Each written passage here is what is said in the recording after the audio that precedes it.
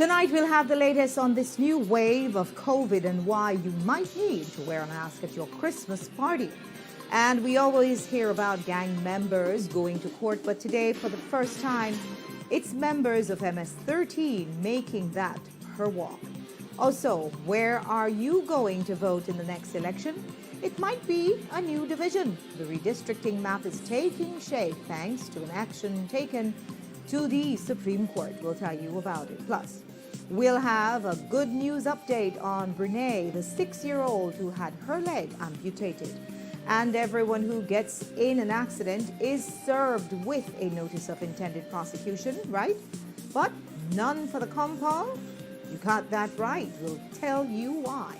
We've got details of these and other stories in our newscast for tonight, Tuesday, December 13th, 2022. Good evening.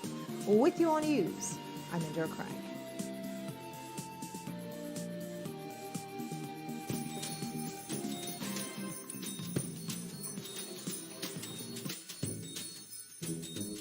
I remember how energetic you were when we were setting up your nursery. Do you remember this one? That's when we went on vacation. I loved the pool. I made a big splash. This is a memorable one for me. That was the year you were very thoughtful. I remember that year. I had to save all my money to buy everyone a gift. These past years have brought so much joy to our family. You too can feel the Christmas joy with an Atlantic Bank Easy Credit Loan. Borrow for that special gift, improve your home, or for your holiday travels. Apply today and take advantage of great interest rates, easy and fast approval, discounted bank fees, and convenient repayment terms. Our approved loans from October 3rd to December 16th, 2022 will be entered into our Christmas raffle. For more details, visit atlabank.com. Atlantic Bank, spreading Christmas joy this holiday season. Channel 7's Christmas Bram is here. It's all happening from Sunday, December 11th to Thursday, December 15th. And we want you to come up on all the giveaways. So how do you do that? Come to our office on Albert Street to buy your 25-cent ticket. You can buy as many as you want for more and more chances at a prize. That ticket gets your name in the barrel and gives you a chance to win cash prizes, jewelry, electronic appliances, and much, much more. Then, join us in person on Thursday, December 15th for the Bram's grand finale at our new location, Signature Restaurant and Pub.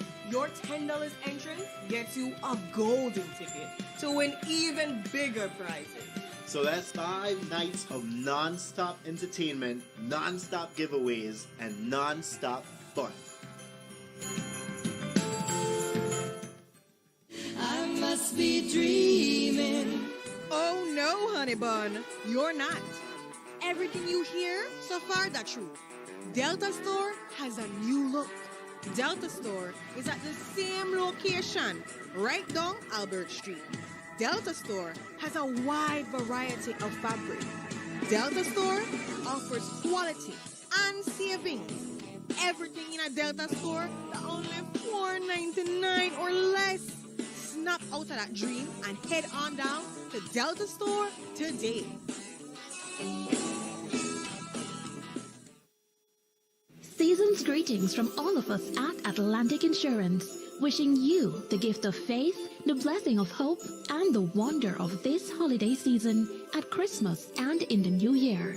This holiday season, whether you're in the driver's seat or walking down the street, always respect the rules of the road.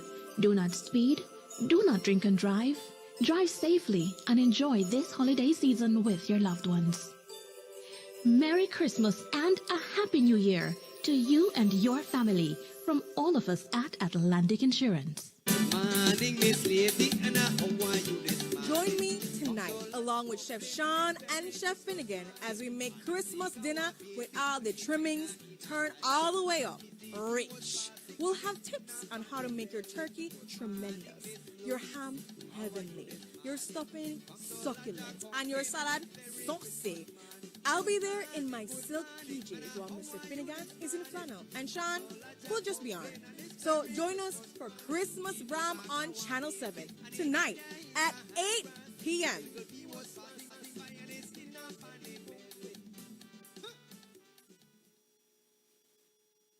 Knowing your HIV status is now easier than ever. Did you know that you can test for HIV in the comfort of your own home by simply swabbing your gums? OraQuick is an in-home HIV test that can provide you with results in just 20 minutes. The test detects HIV antibodies with over 99% accuracy and is trusted by healthcare professionals worldwide. If you receive a positive result, you should contact your nearest healthcare clinic to perform follow-up testing and to get advice on what to do to stay healthy. And even if you get a negative result, remember, it is important to continue protecting yourself from HIV and other STIs. Using a condom correctly every time you have sex is the best way to do so. HIV self-testing kit is convenient, reliable, and now available in Belize. Your test, your way. Bob.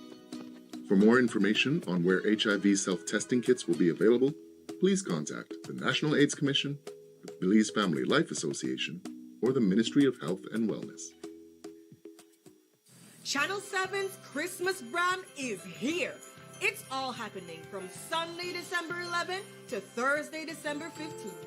And we want you to come up on all the giveaways. So how do you do that? Come to our office on Albert Street to buy your 25-cent ticket.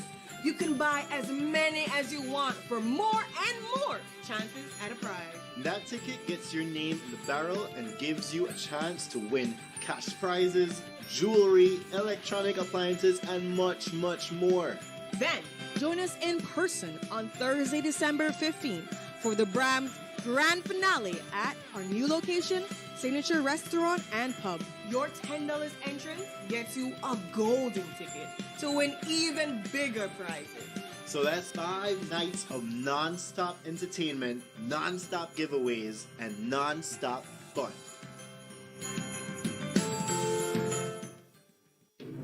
Belize, you're watching the Nation Station, Channel 7.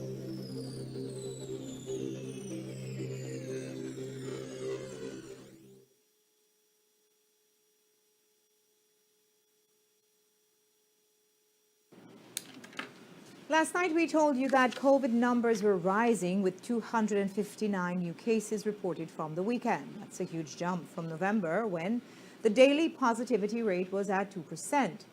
And according to the Director of Public Health and Wellness, we are entering into a new wave of COVID. However, before you start panicking, Dr. Melissa Diaz explained that this time around there is little hospitalization. As of last night, that number was at 0. And the ministry isn't considering mandating any health protocols also at this time. Today via Zoom, Dr. Diaz explained more about this new wave and the outbreak at the Belize Central Prison.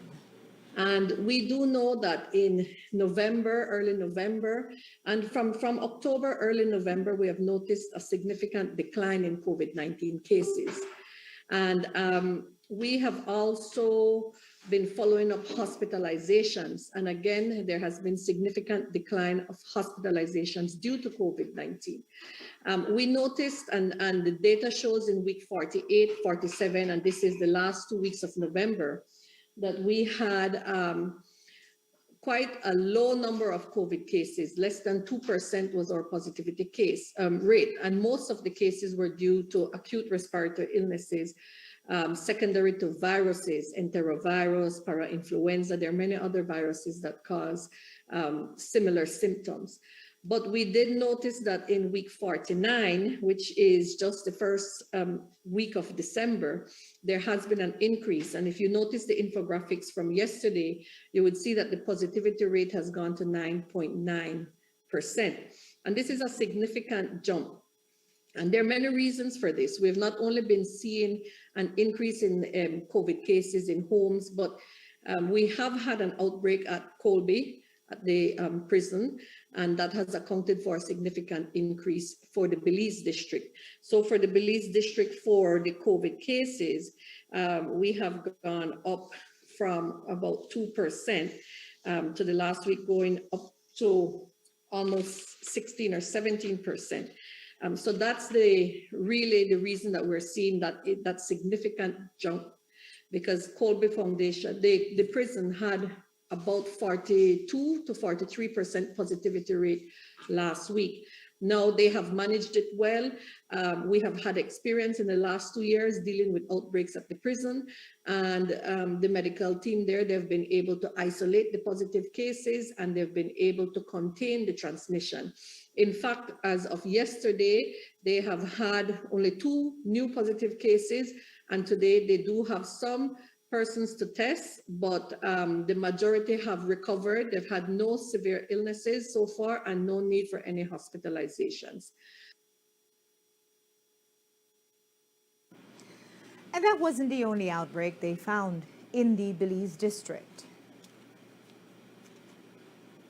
We have seen, for example, Sister Cecilia Home, we've picked up a few, and throughout the last 2 years, we have seen places reporting. As I said, because the transmissibility is high, we would see, especially in conditions where persons live close together and are associating together for long periods of time, we would see higher numbers of cases in these places. Now for Sister Cecilia Home, for example, that outbreak has also been contained, but we do investigate other areas as well, and as we see 1 or 2 or 3 persons coming from one facility or one workplace, we are then alerted and we send our teams in, we do our surveillance, we do our testing, and we give the advice that we need to give in order to break the transmission. And that has been working for us. And according to Dr. Diaz, genome sequencing has confirmed that most of our COVID cases are the Omicron variant, not BQ or XBB like in the US. However, she also added that they've stopped genome sequencing for the time being and will resume next year. And currently, only half the country is vaccinated against COVID, but the MOHW is still vaccinating those who choose to get it. According to Dr. Diaz, they have over 100,000 vaccines in the country, and she's also encouraging residents to get the flu shot since we are currently in the flu season. Well, Belize continues to have a large number of vaccines. When you look at having the different types, we have AstraZeneca, we have Johnson, and we have Pfizer. And cumulatively, we have over 150,000 doses of vaccine. So we continue to encourage persons to come in and get your COVID-19 vaccines. As a reminder, the AstraZeneca is given 2 doses, 8 weeks apart, and Pfizer, it's 2 doses, 21 days apart. We're also encouraging boosters for the general population as well, and especially so for, again, we continue to encourage the vulnerable population, the elderly population, to please come in and get your booster. We also have the flu vaccine at all health facilities, and we're also encouraging for persons to come in and get the flu vaccine. You can walk into any health center and the nurse is there to administer either of the vaccines that you choose, or you can have the 2 vaccines. But like we said before, though there is an increase in COVID and flu cases, there are no mandates in place. However, the CDC is recommending wearing a mask during the Christmas season, since that is the time families gather en masse. We asked Dr. Diaz if she's encouraging Belizeans to do the same. Definitely, we continue to encourage public health measures. It has to be, there is absolutely nothing that is mandated. It's not a mandate to wear masks, but we encourage that if you do have an elderly person in your household, if you do work with the elderly or with vulnerable populations, you should wear your mask. You may be asymptomatic, but you can still transmit COVID. This is something that we've got to take our personal responsibility and make the determination whether or not you would wear your mask. Of course, if you're a young person and you're not living with a vulnerable person and you feel well, it would not be necessary. We also recommend that if you do have a cough, a cold, you have body aches, you have fever, notify your employer as well. Keep your mask on and get tested. We have all our health facilities continue to perform tests. It's easily accessible, and we're asking that you continue to check, because you might have very little symptoms or mild symptoms, but somebody who is more vulnerable and whose body is not able to fight the virus as good as you can might not be as lucky. And if you need another reason to try to prevent catching COVID, well, there's long COVID. Some survivors of the virus continue to experience symptoms such as shortness of breath, brain fog, and fatigue long after recovering from the virus. Dr. Diaz says that they've been in discussions to possibly start clinics for those still suffering. Long COVID is real. And long COVID, we're doing more and more research. There's research being done by different countries and different organizations as well. And we're getting information. The way that COVID affects persons and the side effects or the lingering symptoms differ depending on how severe you had the symptoms. But it's not only respiratory symptoms that persons present with. They may present with diarrhea, with vomiting. Many people speak about the brain fog that they get, the lethargy, so the tiredness that you get after the virus. Some people have 2 to 3 weeks of feeling so lethargic that they can't get back to work. So the different symptoms and the long COVID does exist. Some persons are re-hospitalized with infections of the lungs, with scarring of the lungs. So many times as well, when you look at the severity of the initial virus or the initial infection that you got, people who were hospitalized or people with more severe symptoms have been reporting other lingering symptoms after that. And in certain countries, clinics have started for long COVID, and that's something that we are discussing and looking into with our hospital team as well, to report to us if there are any persons who are presenting with some of these symptoms. And what about those who've been reporting flu symptoms but have tested negative for COVID? Well, like we told you, it's flu season. And as Dr. Diaz pointed out, there weren't many cases in the previous 2 years since everyone was keeping social distance, wearing masks, and washing hands frequently. But those health measures have mostly gone by the wayside, and there have been a number of cases of respiratory infections. However, as COVID numbers go up, those are going down. Well, there are many different viruses that can cause similar symptoms, and they are known as acute respiratory illnesses or acute respiratory infections. And in the latter part of November, we had seen an increase in that. But there has been a slight switch over, and we've seen a reduction actually in acute respiratory illnesses due to other causes than COVID, and we've now seen an increase in COVID.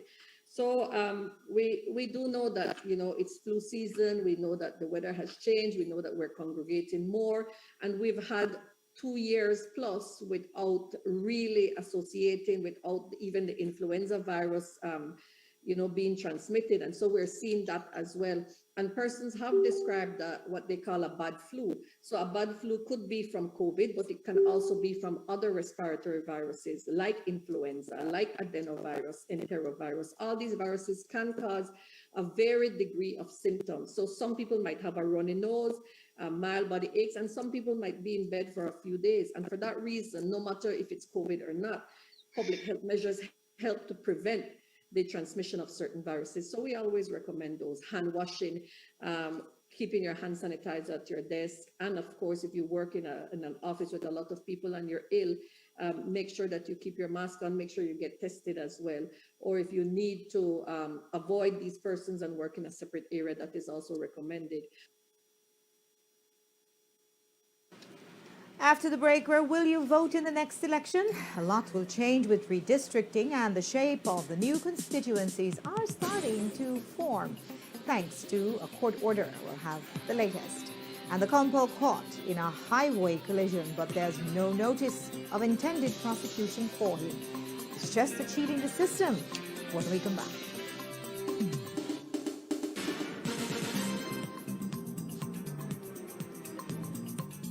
The deals continue this massive season. Starting December 12th until December 24th, it's 12 straight days of massive deals with up to 25% off on selected items each day. From grills to appliances and more, every day you get a new opportunity to take advantage of new items on sale. Check out our website and social media platforms for updates each day. Deals, P-Bucks, rewards, everything is massive this season at Belize.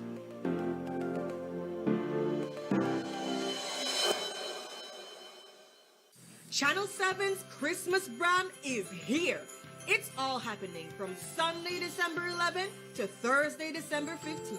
And we want you to come up on all the giveaways. So how do you do that? Come to our office on Albert Street to buy your 25-cent ticket. You can buy as many as you want for more and more chances at a prize. That ticket gets your name in the barrel and gives you a chance to win cash prizes, jewelry, electronic appliances, and much, much more. Then, join us in person on Thursday, December 15th for the Bram Grand Finale at our new location, Signature Restaurant and Pub. Your $10 entrance gets you a golden ticket to win even bigger prizes. So that's 5 nights of non-stop entertainment, non-stop giveaways, and non-stop fun.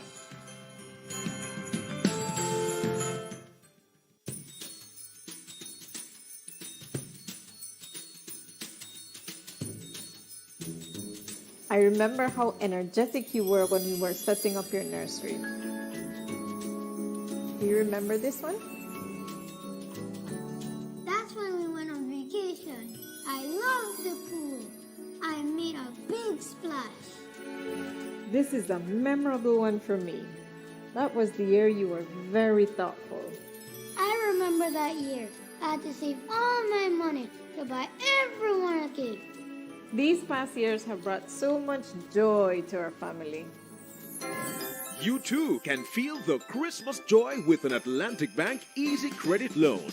Borrow for that special gift, improve your home, or for your holiday travels. Apply today and take advantage of great interest rates, easy and fast approval, discounted bank fees, and convenient repayment terms. Our approved loans from October 3rd to December 16th, 2022 will be entered into our Christmas raffle. For more details, visit atlabank.com. Atlantic Bank, spreading Christmas joy this holiday season.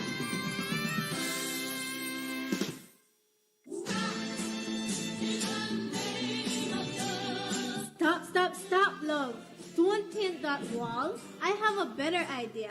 Let us wallpaper it. It is cleaner, easier, and so beautiful and looks very artistic when it is all done. And takes less time to do up a wall than to use that smelly paint. And guess what? It is romantic.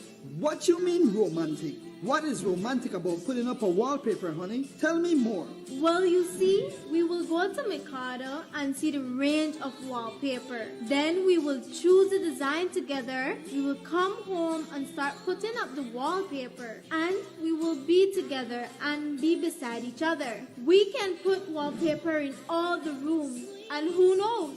They even have wallpaper for the baby room too. Well, I like the sound of that. So what are we waiting for? Let's go to Mikado like now. Come in, honey. You can also see our selection of wallpaper on our Facebook page. Like us and follow us on Facebook. Mikado, centrally located in the heart of Belize City at number 37 Albert Street. Hola. Disculpa por no llegar anoche. Lo siento. He estado hace tiempo con ganas de decirte algo. Últimamente estoy lidiando con mis problemas de salud mental. I think if there was no stigma around mental health, I'd be more open about what I'm going through on the inside. And I don't know, maybe I'd find that other people in my life are actually going through the same thing. Há alguns anos, comecei a contar para outras pessoas sobre minha ansiedade. Isso me ajudou a descobrir ótimas formas de como lidar com ela. soy muy sociable. Creo que si hablara sobre mis problemas de la salud mental, simplemente no lo creerían. Por eso no hablo de ello. Me preocupa que si la gente se enterara de mi salud mental, pensarán que soy débil. Por eso me aislé. Pero creo que voy a cambiar esto.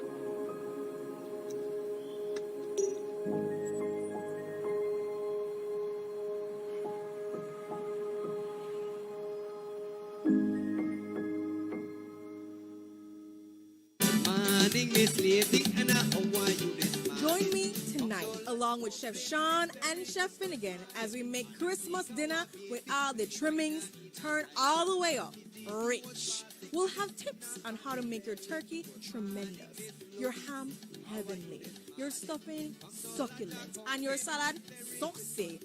I'll be there in my silk PJs while Mr. Finnegan is in flannel, and Sean will just be on.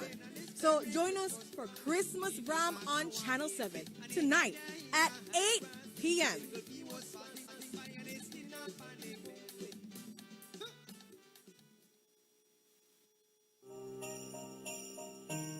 In the spirit of this festive season, we here at Champion Security would like to wish you a Merry Christmas and a Happy New Year filled with love, laughter, family, and friends. It was our pleasure serving you. We encourage you to secure your home and business during this time by letting us give you back that peace of mind. Life is to be treasured, and we here at Champion Security take pride in saying that your safety is our business. Happy holidays. So what will you do? Come on over to Champion Security. Merry Christmas!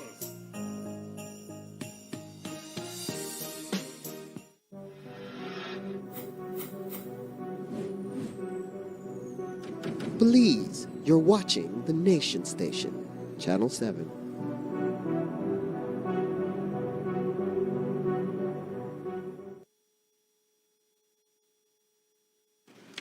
We often report on gangsters going to court from the usual Belize City sets. But today, it was a rare occasion when 3 alleged MS-13 gang members were taken to court.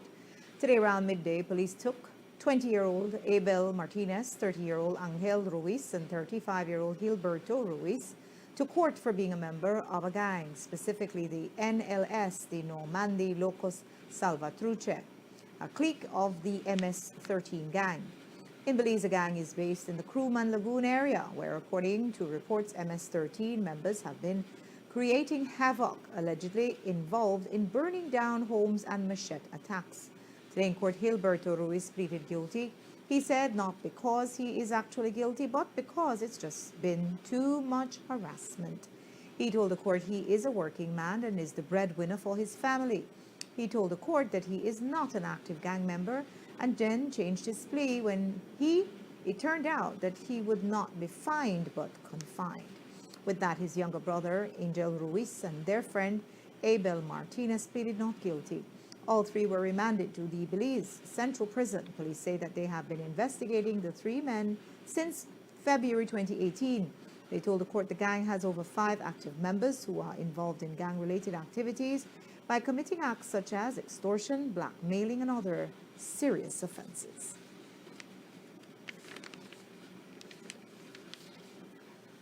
After being locked in battle with the government of Belize for 3 years, the Belize Peace Movement has won their redistricting lawsuit against the government of Belize and the Elections and Boundaries Commission.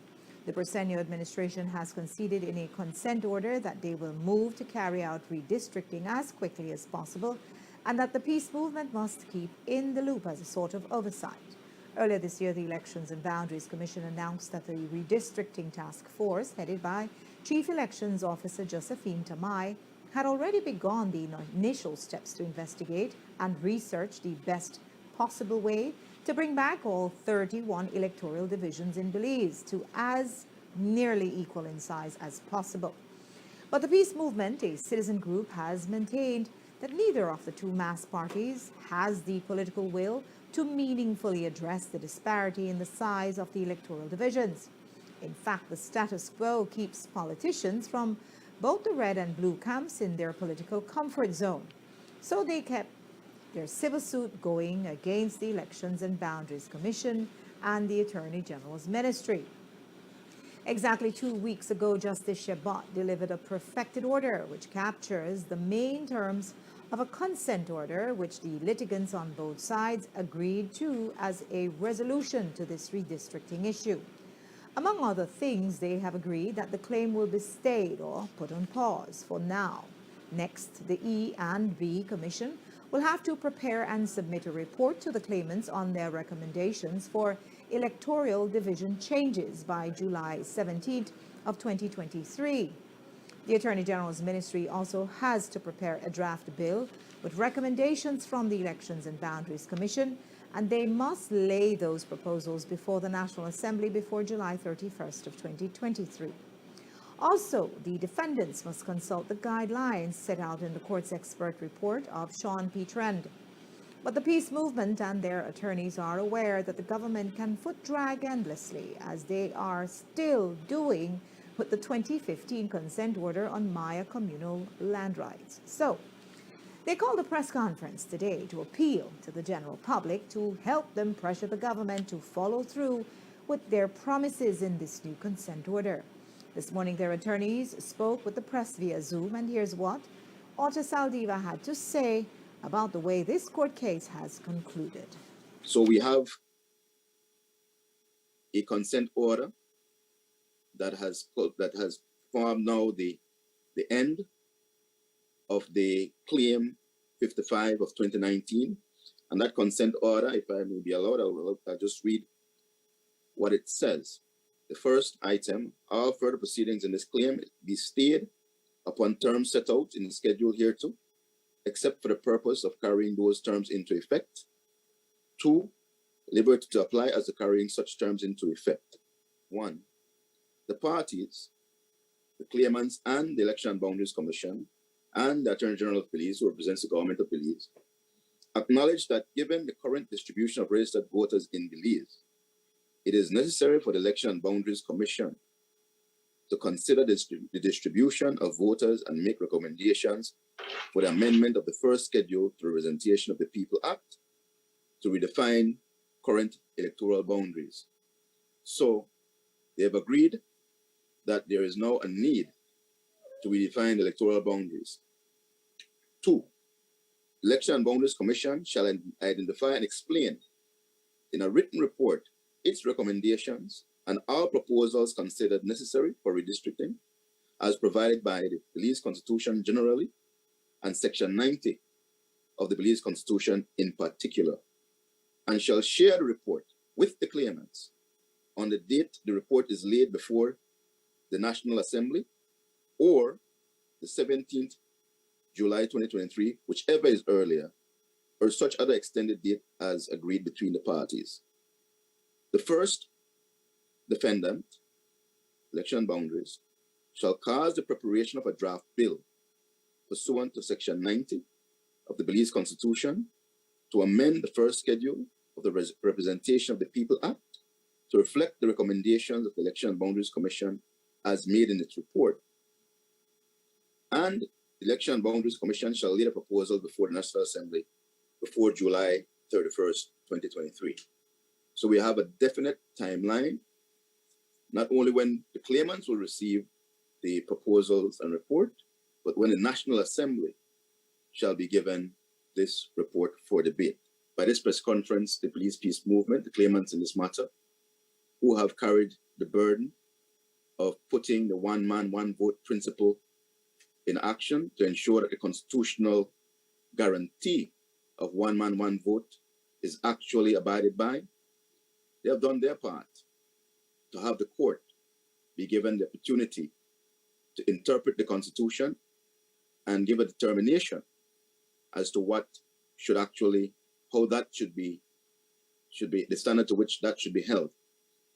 The government, recognizing that the court was going to do what inevitably it should have done, decided that they are going to agree.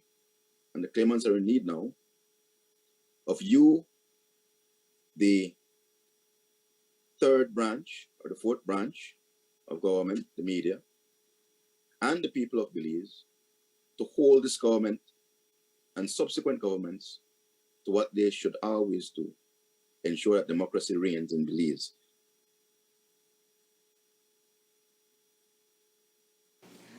As you saw, one of the directions from the Supreme Court is that the defendants must consult the guidelines set out by the court's expert, Sean P. Trend.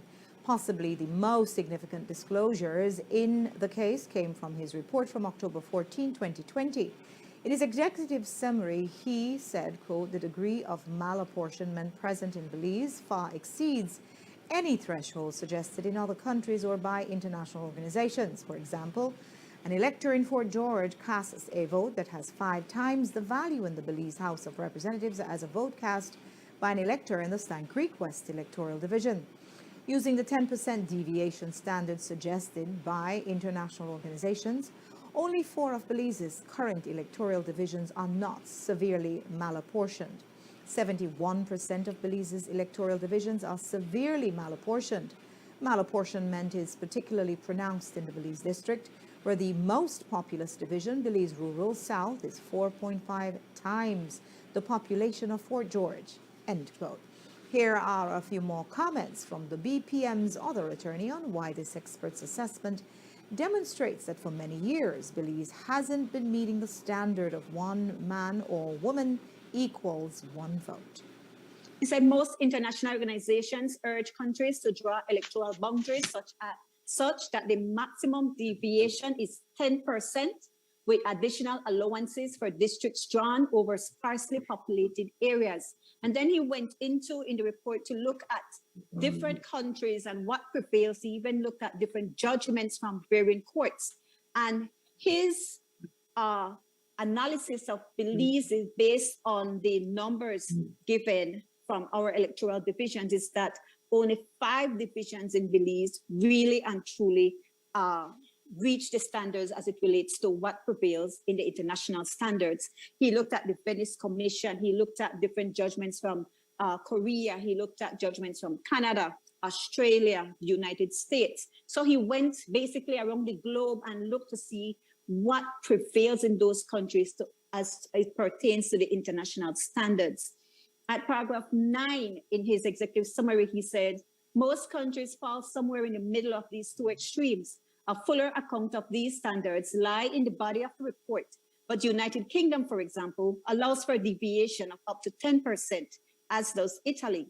Germany and Czech Republic allows for a deviation up to 15%. Malta and Macedonia allows for deviations up to 5%. Overall, most countries seem to employ an allowable deviation threshold of between 10% and 15%. He says at paragraph 10, the degree of apportionment present in Belize today far exceeds any threshold suggested in other countries by international organizations. And if you look at it, you're going to see the numerous countries within which he looked at and see what prevails. And you're going to see the use of the term equality, so that my vote and your vote is on the same weight, not what is happening now in Belize, where you have a person's vote is 5 times more than my 1 vote because of whichever division I am in. We have reached out to the chairman of the Elections and Boundaries Commission for comment, and he told us that he intends to discuss the matter with the press in the next few days. Last week, we told you about 6-year-old Brene Maivid, a little girl who lost her leg after a severe severed artery, that is, got infected and sepsis set in. It's a terrible tragedy that's just beginning to sink in for the child and her mother. But today, when we caught up with them, there was some hope coming out of a great misfortune. It's hope that comes through the generous donations that the little family has received this week and the chance they may have to travel to the U.S. to further care. Here's what Mom had to say this evening at the KHMH. I believe since right now she still has the feeling that the leg is there. The doctor says it takes a while. She'll still have the feeling as if though she has her leg. she has noticed that the leg is not there because every day they have to come and do the dressing. So she looks at it. She looks at her YouTube and then she looks back at it. So I guess she already noticed that it's gone. The foot is not there. I just had to, on the first day, she was crying. She was crying. So I just had to explain to her that the foot was no longer, it wasn't good anymore. So the doctor had to take it off or else she won't be able to come home with us. And her grandma and everybody wants to see her, so she had to, the doctors had to take off the foot. So since then, she's I won't say she has fully accepted it as well, but for now she's in the hospital. She looks at it. She tell me I can show it to her teacher that her foot got cut. I believe it will be more difficult when we get home, because then she will notice that she cannot walk, she cannot run. Currently, at the moment, we're working on getting her to the Shriners Children's Hospital. I believe that is in Tampa. We have the department from here, I believe it's in Corozal. They have already contacted me to get my information, so they will be working along with us. We have already filled out the form and email it over to the hospital, and so we're just waiting for the reply. We've had, I would say, a lot of support. We already received donation for like 2 wheelchairs.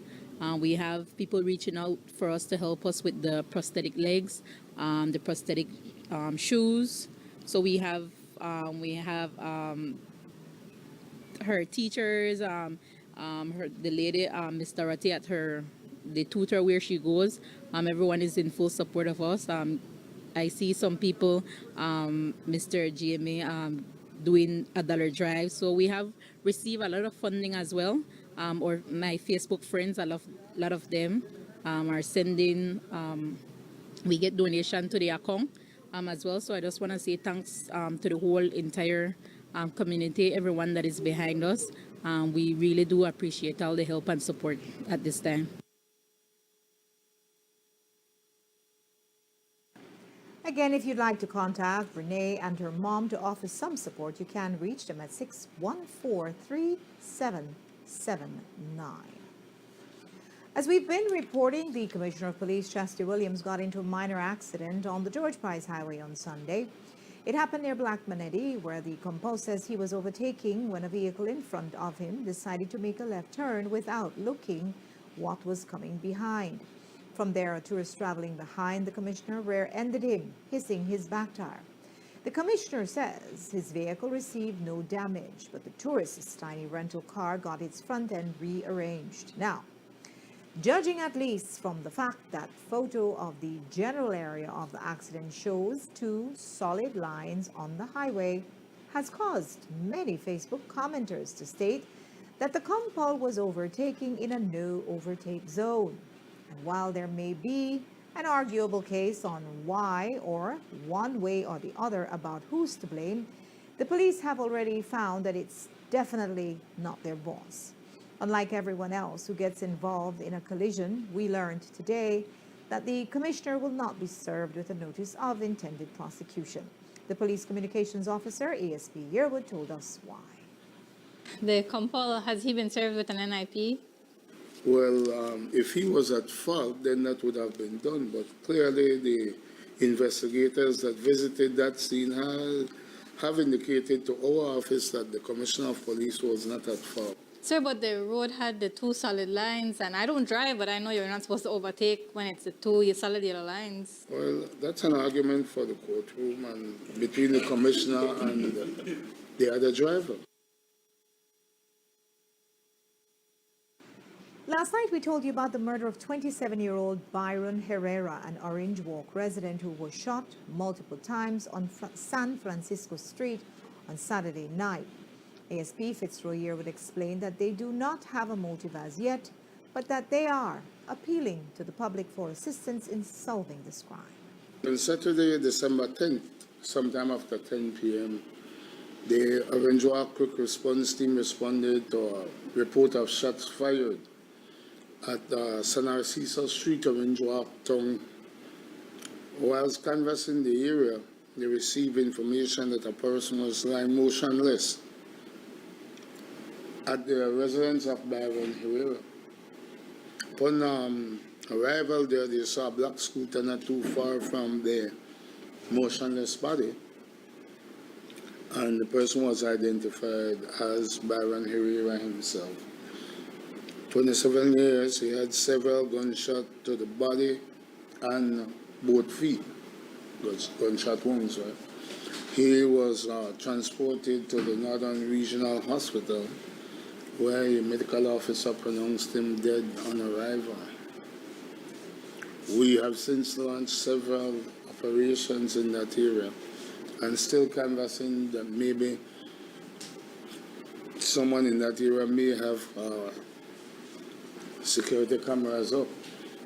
Right now we're just appealing to the public for any assistance that could be rendered to the police for us to try to solve this latest murder. No? So is there any information to suggest what may have led to him being targeted? Well, doing as usual, a lot of people have their own street side theory, but our officers are trying to establish what was the motive, and then hopefully we will know exactly which direction to look for suspect.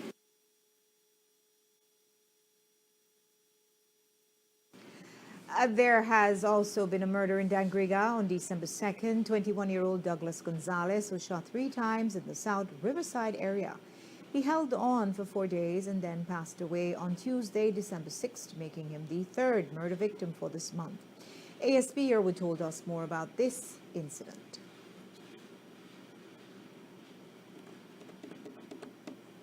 Police responded to the residence of Douglas Gonzalez, where after viewing the surveillance camera, they saw what would have appeared to be an attack upon Mr. Gonzalez. Several shots were fired at him, causing his fatal injuries. We have since detained 2 brothers in connection with this murder. Their homes have been searched, and we have several other persons that their homes are being searched up to this time. We know that the officers are saying that Mr. Gonzalez was walking along the South Riverside Bridge approach when 2 men approached him from behind, no? And fired a barrage of bullets at him. Mr. Gonzalez managed to make it to his home where he collapsed. No? We know that the brothers were detained. Actually, it was 3 of them that were detained that same night. Their homes were searched, and hopefully, after our investigators put the evidence together, we should be having something soon to go on. And the first 2 murder victims were 26-year-old Cleon Smith and 30-year-old Kendale Ramirez. They had traveled from Stan Creek to Belize City just to meet their demise around midday. Smith had been trying to see his child, and Ramirez was just along for the ride. Smith's family believed that he was targeted by his ex-girlfriend, and while the police had initially detained her, she has since been released. The police are now also asking for assistance from the public in this case. They were released, and if needs be for them to be re-detained, that will happen. But for us to say that we have any update, no other new detainees, nobody has been charged so far.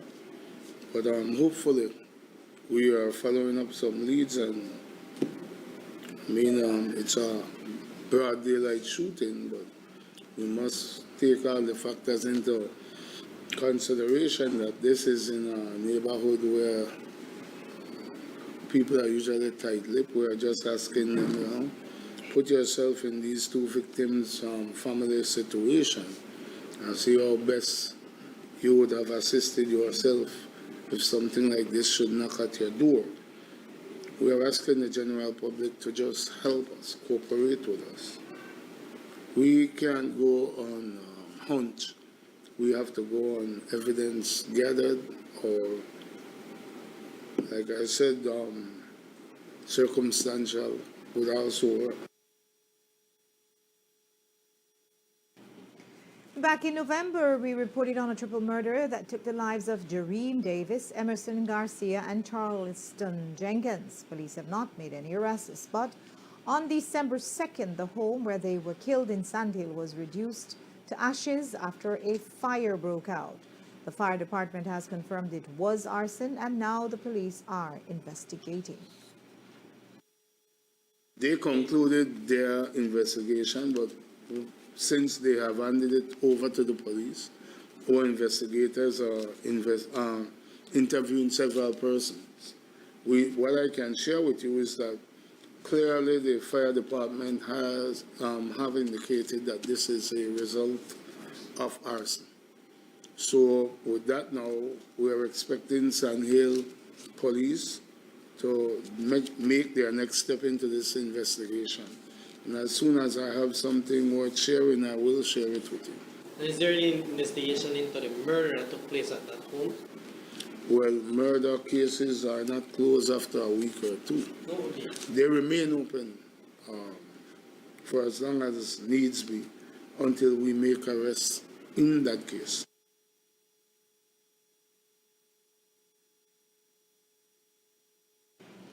And in Curzon, over $100,000 was stolen from the Belize Bank ATM at Escuela Secundaria Técnica Mexico on Sunday at 3 in the morning. The watchmen, 34-year-old Faustino Dominguez and 55-year-old Alfonso Castaneda, were held at gunpoint by four men who then stole some electrical drills, an electrical grinder, and a chisel, and managed to break inside the building where the ATM was by removing the metal door. They then damaged the security cameras, the electrical lines, and the alarm system before stealing the metal box containing the ATM's money. During the robbery, an 18-year-old farm attendant reporting for work was also held at gunpoint. The men then placed the box in an SUV before fleeing the scene. ASP Airwood told us more about the police's investigation. The Belize Bank ATM that was stolen also over the weekend from Escuela Secundaria Mexico in San Roman village. We have spoken to a few persons, including the watchman, and an estimate of the missing money was sent to us in the tune of in excess of $100,000. We are following up the lead that it was relayed that these persons were all dressed in camouflage clothing. Four of them, the assailants, and we're asking the general public to assist us if they may know any or have any information that could help the police to detain these. These people, they seemed very organized. They damaged the cameras, they damaged the electrical lines, they did a lot to break into this ATM. They dismantled the alarm system, all of that. Do the police believe that this is an inside job? Or someone with some knowledge of how these ATMs work? We do believe it's someone, or maybe persons, that have knowledge of the whole operation.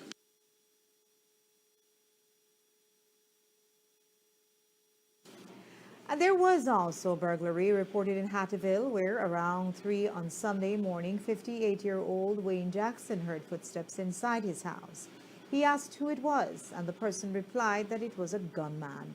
He was then shot in the upper part of his back, but has since been released from the hospital. Police have yet to determine what was stolen. A high-powered speedboat valued at over $500,000 was stolen from the Thunderbird Marina in Placencia sometime between last night and this morning. The 39-foot vessel is named On the Fly, and it sports 3 Yamaha 350 horsepower outboard engines. Police have no clues on the whereabouts of the vessel, and we are told it was not insured.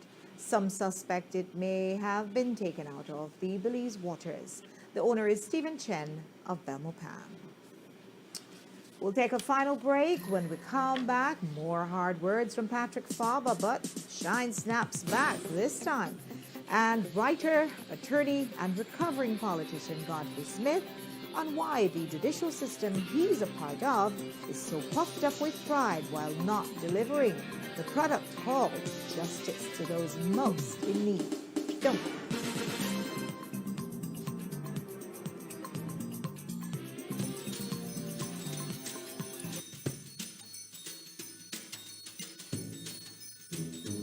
I remember how energetic you were when we were setting up your nursery. Do you remember this one? That's when we went on vacation. I loved the pool. I made a big splash. This is a memorable one for me. That was the year you were very thoughtful. I remember that year.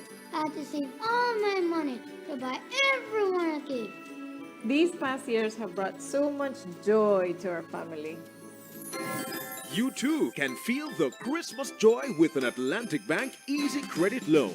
Borrow for that special gift, improve your home, or for your holiday travels. Apply today and take advantage of great interest rates, easy and fast approval, discounted bank fees, and convenient repayment terms. Our approved loans from October 3rd to December 16th, 2022 will be entered into our Christmas raffle. For more details, visit atlabank.com. Atlantic Bank, spreading Christmas joy this holiday season. Channel 7's Christmas brand is here. It's all happening from Sunday, December 11th to Thursday, December 15th. And we want you to come up on all the giveaways. So how do you do that? Come to our office on Albert Street to buy your 25-cent ticket. You can buy as many as you want for more and more chances at a prize. That ticket gets your name in the barrel and gives you a chance to win cash prizes, jewelry, electronic appliances, and much, much more. Then, join us in person on Thursday, December 15th for the Bram Grand Finale at our new location, Signature Restaurant and Pub. Your $10 entrance gets you a golden ticket to win even bigger prizes. So that's 5 nights of non-stop entertainment, non-stop giveaways, and non-stop fun.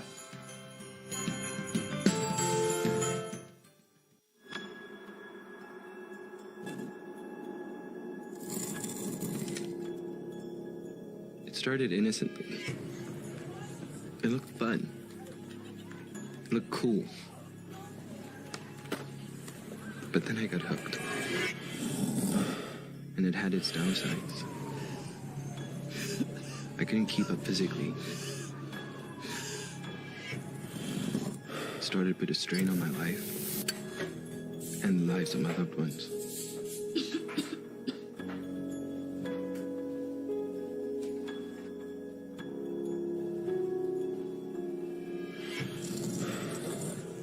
And I got sick. Really sick. And I realized I was losing.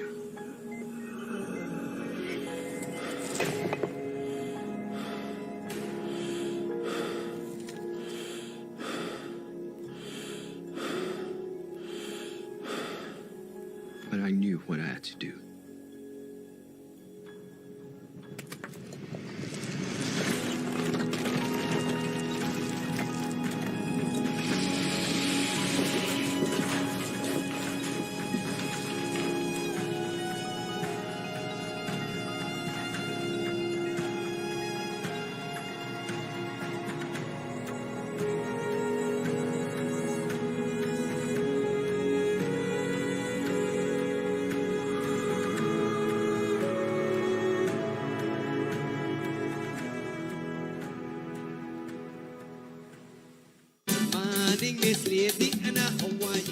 Join me tonight, along with Chef Sean and Chef Finnegan, as we make Christmas dinner with all the trimmings turned all the way up, rich. We'll have tips on how to make your turkey tremendous, your ham heavenly, your stuffing succulent, and your salad saucy.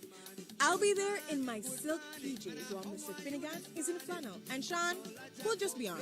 So join us for Christmas Bram on Channel 7 tonight at 8 p.m.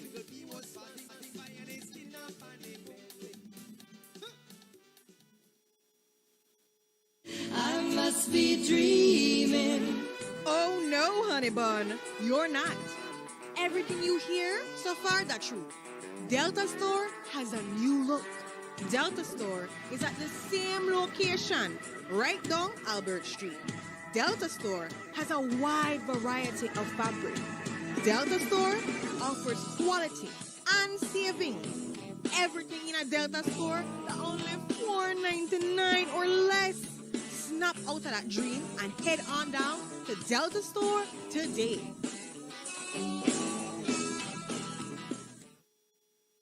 Channel 7's Christmas Bram is here. It's all happening from Sunday, December 11th to Thursday, December 15th. And we want you to come up on all the giveaways. So how do you do that? Come to our office on Albert Street to buy your 25-cent ticket. You can buy as many as you want for more and more chances at a prize. That ticket gets your name in the barrel and gives you a chance to win cash prizes, jewelry, electronic appliances, and much, much more. Then, join us in person on Thursday, December 15th for the Bram Grand Finale at our new location, Signature Restaurant and Pub. Your $10 entrance gets you a golden ticket to win even bigger prizes. So that's 5 nights of non-stop entertainment, non-stop giveaways, and non-stop fun.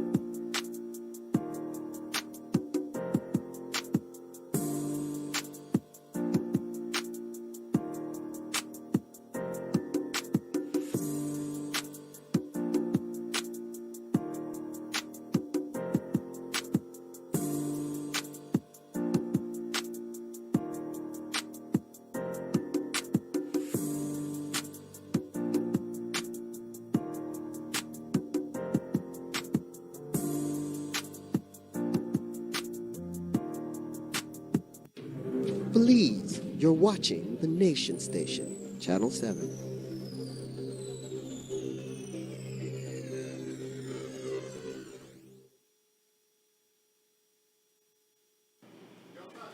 Last night we told you about writer Godfrey Smith's provocative new book called Diary of a Recovering Politician.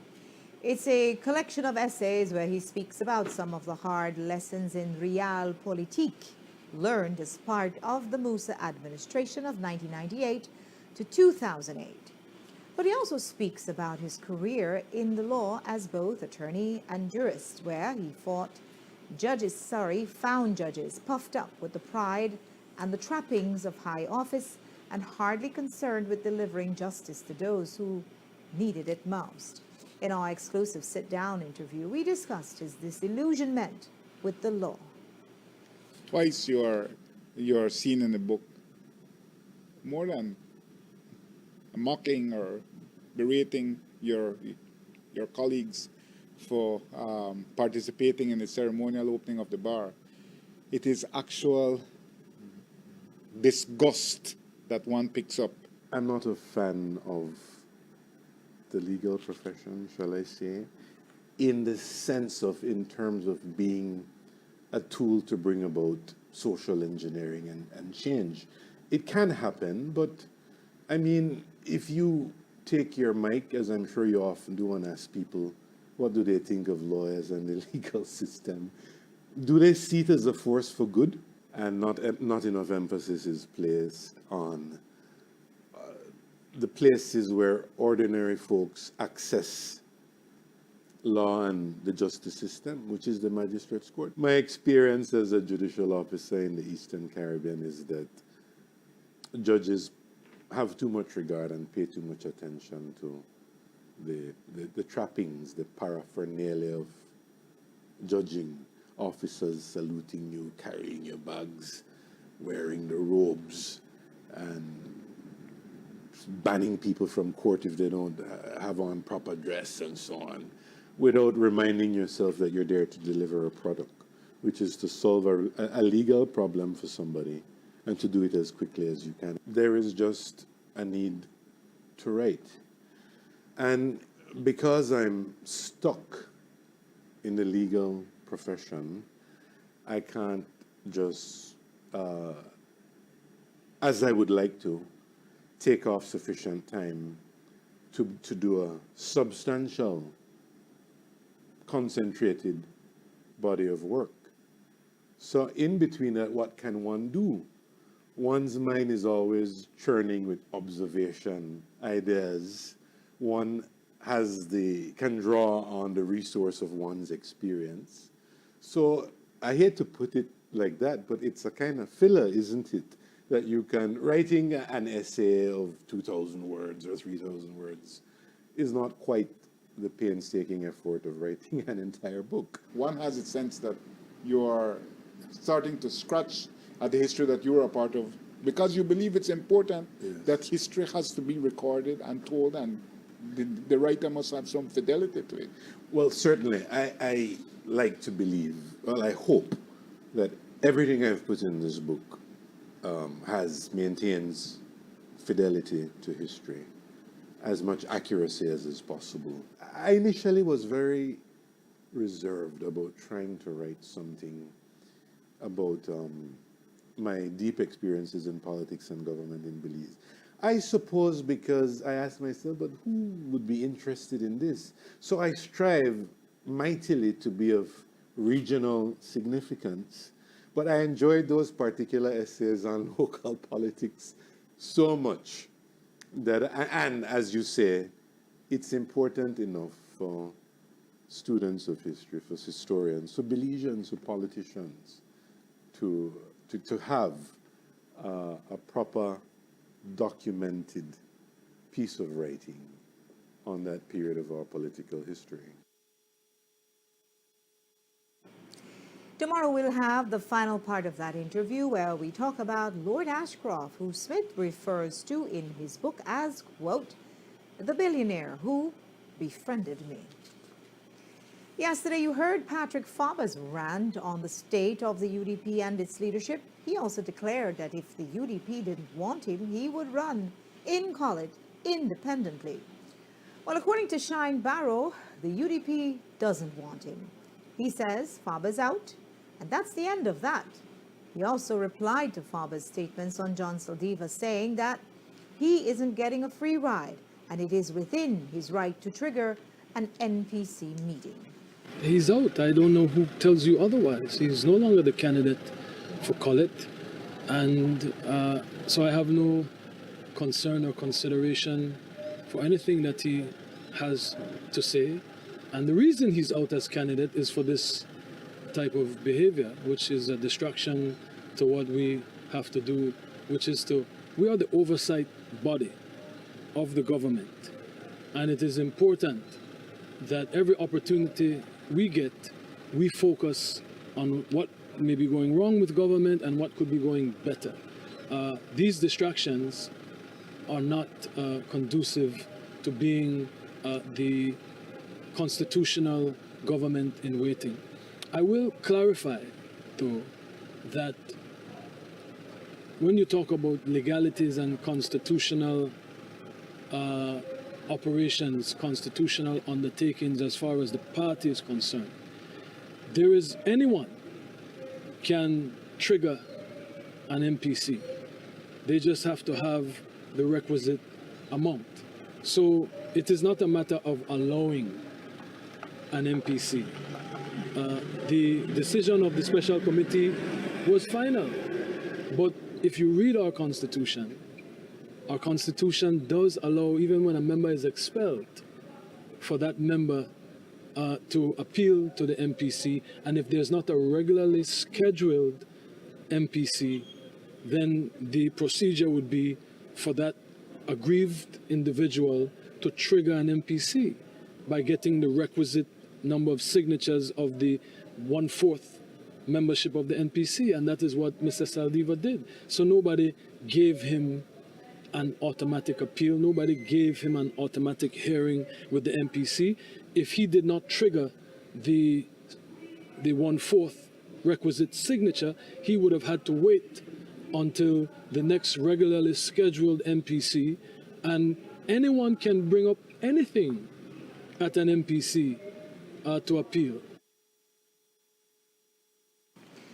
And Faba has a few more words about his party leader. He told us yesterday that Barrow refuses to talk to him and that he doesn't support Barrow.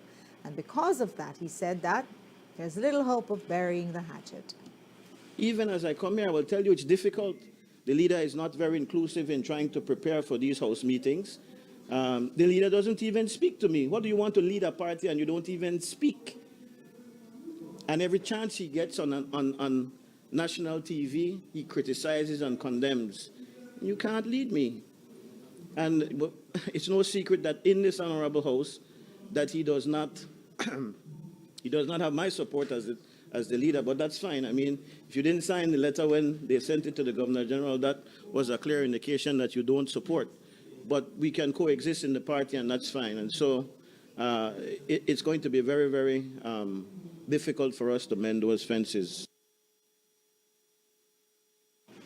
And a fictitious Faba also used the opportunity to take a dig at his opponent, Ian Jones, who has been endorsed as the UDP candidate for Colette. When the media asked him about hurricane relief efforts in his constituency and whether he'd been working alongside Jones, as a Facebook post suggested, he laughed, saying that Jones took the photo up but did little else. My opponent wasn't on the ground. My opponent piggybacked, siding, however you want to put it. I watched as he did that. When the Seymour people came and invited me to go and tour the area with them, he saw me when I passed his mother's home and came to the office and just walked along, and then later on made posts saying, I am walking hands in hands with Patrick Faber. This guy is just a fraud. And then later on put a post, linked it to our constituency page to say that, anyways, it's just a joke. But we have received support from the government. We have been helping significantly those who we can help. The needs of our constituencies is huge. The needs are huge, and so we have to really, we're still dependent on bigger help, but from the funds that they've been able to give us, we've given, I believe, about 300 families just small assistance so that they could buy at least zinc and plywood and stuff. And we have given over 1,500 pantry bags over the time of the hurricane as well. So, and our work continues into Christmas. A lot of people don't have the very basics for Christmas, and so I've been working to make sure that that happens. And in some other interviews from yesterday's House meeting, we asked the Prime Minister about the crushing cost of fuel. World prices stabilized last month, but the price in Belize remained the same. The PM says you shouldn't hope for a decrease. It's already a balancing act, keeping the price stable. The issue of inflation, we are trying as best as we can to contain it. Most of these things are imported, and most of the food items pay very little duty. So there's not much that we can do. We are trying to police as best as we possibly can to try to avoid the price gouging.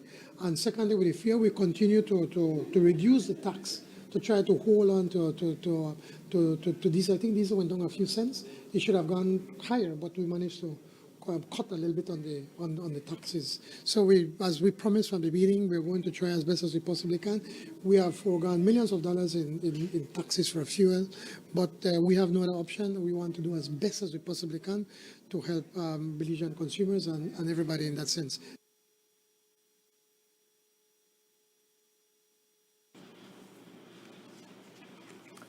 And while the PM says it's a balancing act, the leader of the opposition, Shine Barrow, says he's already given the PM the playbook to reduce fuel prices and inflation.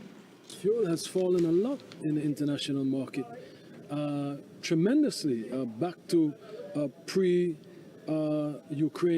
Russia numbers. And the Prime Minister, I keep giving him the advice of the way to resolve the energy crisis. You have to start at the entity that is purchasing on the market. And that entity that purchases on behalf of Belize, I think we should take control of that. Why aren't we purchasing our own oil? Why are we using an entity? And then that entity gives us an invoice. And that invoice is not reflective of the world market. That invoice is whatever they say. So prices have gone down tremendously, and we're still paying the same as we've been paying at the height of the energy crisis, while all the other nations are saying that they've resolved the matter. It doesn't make any sense. Last thing about the inflation. So I would have appreciated monies to put together an enforcement unit that would go around to all of these supermarkets and all of these places to ensure that they're not price gouging and that people aren't suffering from normal costs of inflation and the criminal act of price gouging.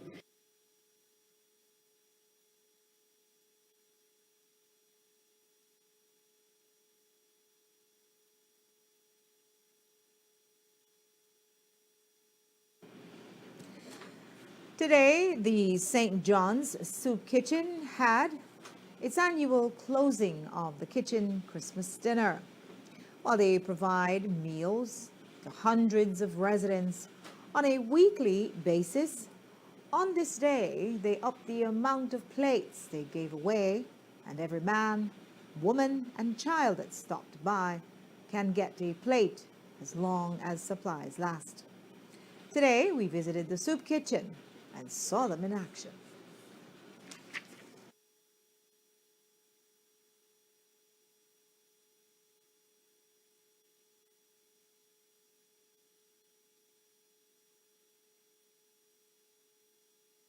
The soup kitchen has been operating for 12 years now, and every year at this time we prepare food for 500 people as a part of their. Many of them, I believe, don't have Christmas dinner, so we are providing Christmas dinner for them before Christmas as a part of our outreach to the community. So who gets the food? Is it anybody who stops by? Yes.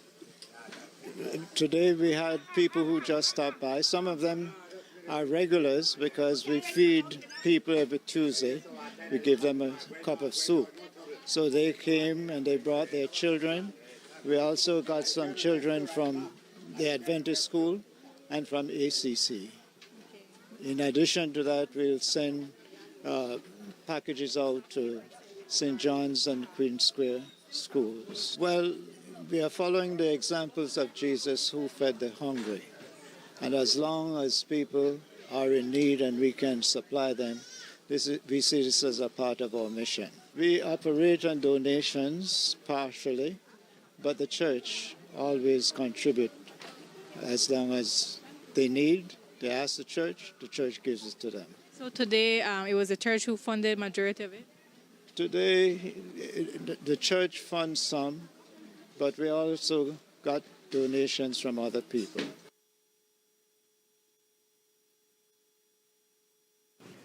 Tonight, the National Vaccine Storage Facility in Belmopan can boast an array of brand new cold chain equipment donated by the government of Japan. That equipment includes 10 ice line freezers, 10 main-powered vaccine refrigerators, and 30 remote temperature monitoring systems to be used to improve vaccine storage and management. The donation is part of a partnership between UNICEF and the government of Japan to address the needs of Belize's Ministry of Health and to improve the national vaccination rates that have decreased since the onset of the COVID-19 pandemic. The new equipment was delivered to Minister Kevin Bernard today in an official handing over ceremony. Here's what he said when he received it. Belize received $1.8 million, as highlighted by Mrs. Parker, Belize dollars to cover the project's cold chain equipment, including the capacity building of healthcare workers in the management of the cold chain equipment deployed to primary care level health facilities within the public health sector.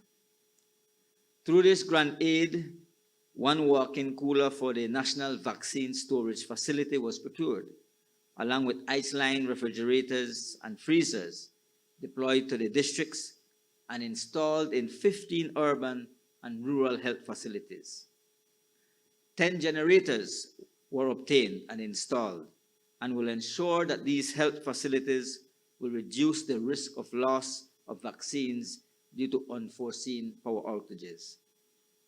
All the procured cold chain equipment units will have a remote temperature monitoring device with a built-in alarm system when the temperature is outside of the recommended range. With the grant, the ministry has strengthened the quality improvement of health services through the establishment of a quality improvement unit composed of 1 medical officer per hospital, dedicated full-time to oversee the implementation of quality improvement plans. The quality improvement officers, along with the local quality improvement teams, aim to improve maternal health and reduce child mortality.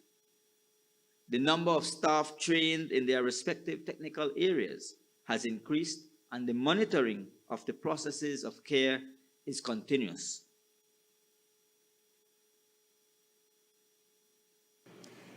The ministry will receive a walk-in cooler that will arrive in the country later this month. And that's our news for tonight. Thanks for watching. With your news, I'm Indra Craig. Remember, you can find a full transcript of the news at 7newsbelize.com and see streaming video on our Facebook page. Stay tuned with us at 8 when we bring you night 3 of Channel 7's Christmas Bram, where it's food night. Tune in to see Chef Sean, Chef Finnegan cook up the turkey. Saying good night, stay safe, and join me back here tomorrow at 6.